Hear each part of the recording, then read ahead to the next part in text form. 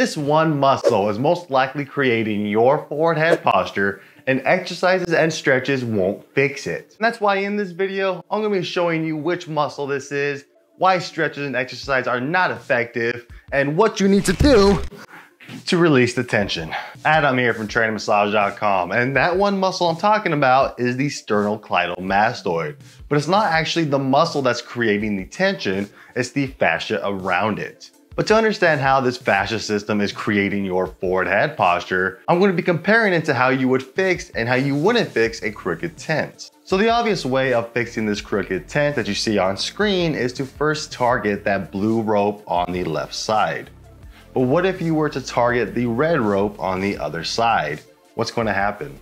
Nothing's really going to happen if you try to tighten this side first, because you have all of this other tension on the other side in the blue rope. So how does this actually relate back to your posture? It's because both of these lines are actually your fascia lines and the muscles in the front and the back of the body, while this pole represents the skeleton. And as you can see, the tent is getting pulled to one direction, not because these muscles in the back or the rope in the back isn't tight enough. It's because of the tension from the other side, that blue rope. And do you want to take a guess where that SCM lies? Go on and pause it and let me know if it's the red side or the blue side. Did you pick that blue side? Wrong! I'm just kidding. Unless you actually didn't pick the blue side, then well, you're lucky you're cute. Now what's great about this analogy is that it also shows us why these exercises are not effective. It's mainly because you're trying to exercise these small little muscles in this small little section of the fascia line in order to fight off the rest of the tension in the body. So basically you're trying to use those muscles in the neck, in the upper back, to try to fight off all the muscles and the fascia in the front of the body here. And I think you can see why they're just not going to be very effective. That's pretty much all these exercises are trying to do. They're trying to create more tension in the opposite direction that you are already going in. So if exercises are not the answer, then why won't stretches work? And it's mainly because the SCM is limited by the other muscles around it. Let me explain. What we have here is two rubber bands, with the longer one being the SCM and the shorter one being the muscles around it, in this case the scalenes. So what ends up happening here is when we try to stretch this muscle out, the other muscles will end up becoming stretched out to their limit way before that SCM ever does. This is the biggest reason why stretching out your SCM is not effective. So what can we do here to release the tension in the muscle? The answer is self-massage.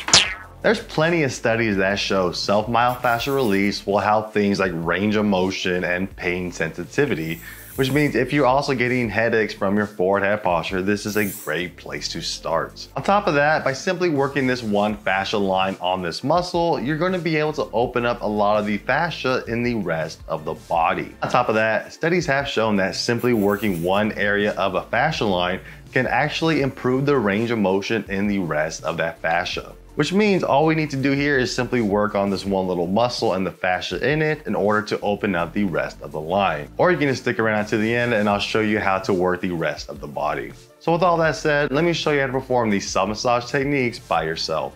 So the first thing we're going to be doing is loosening up the fascia that's attached to the clavicle using some stripping technique. Find the end portion of the muscle that's attached to the clavicle and the sternum.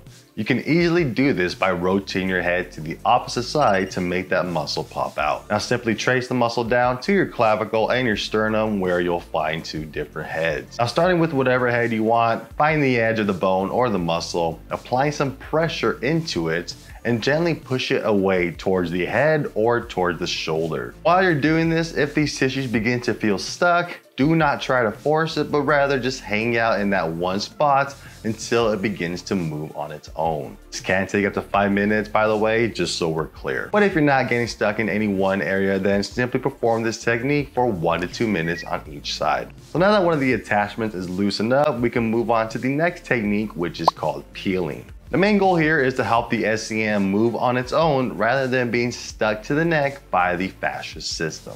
Now you may want to use some lotion or some balm here, but be warned that you want to use very little, because we want to be able to stick to the tissues as we perform this technique. Now, starting at the clavicle or the sternum, place your fingers on the inside of the muscle with your pressure moving towards the shoulder. Just don't press directly into the neck to avoid choking yourself. Unless you're into that sort of thing, no judgment. Choke me with it.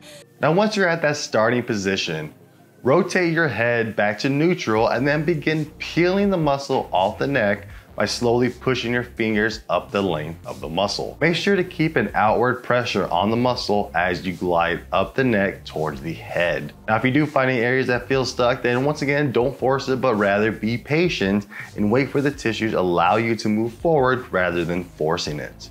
Once again, try to work on this technique for roughly 2 to 3 minutes on each side. Now, the next technique here is called a pin stretch, which plays off the last one we just did because it is very similar. What you want to do is grab the muscle and hold on to it with your fingers, either going back to those areas that felt stuck earlier or looking for the most tender spots within the muscle.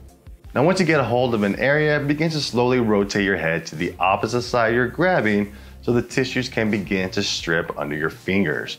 Return your head back to its neutral position and then repeat once again. Now, another type of pin and stretch we can do here is actually a lateral pin and stretch. Sticking to those same principles, what you want to do is tilt your head back to that same side as the muscle you're working. Now, grab onto the muscle as high as you can near the ear, and then from there, gently tilt your head to the other side as you slowly pull your fingers down the muscle. Go ahead and perform either or technique for another 2 to 3 minutes. And now we're moving on to stripping the other attachment point for the SEM, which is located right near that temporal bone. All you have to do here is simply find the rim of the bone, which is the area that's sticking up, and then strip around the edge of it, making sure to push it towards the back of the head. You can also use a small ball or tennis ball and apply some static pressure to the soft tissues just below the rim of the bone. Now, your goal here is to perform either stripping techniques along the edges or some static pressure for another 1 to 2 minutes on each side. And to make sure these results stick with you, it's probably best that you release the rest of the fascial line, which you can do by watching the video up in the top right corner.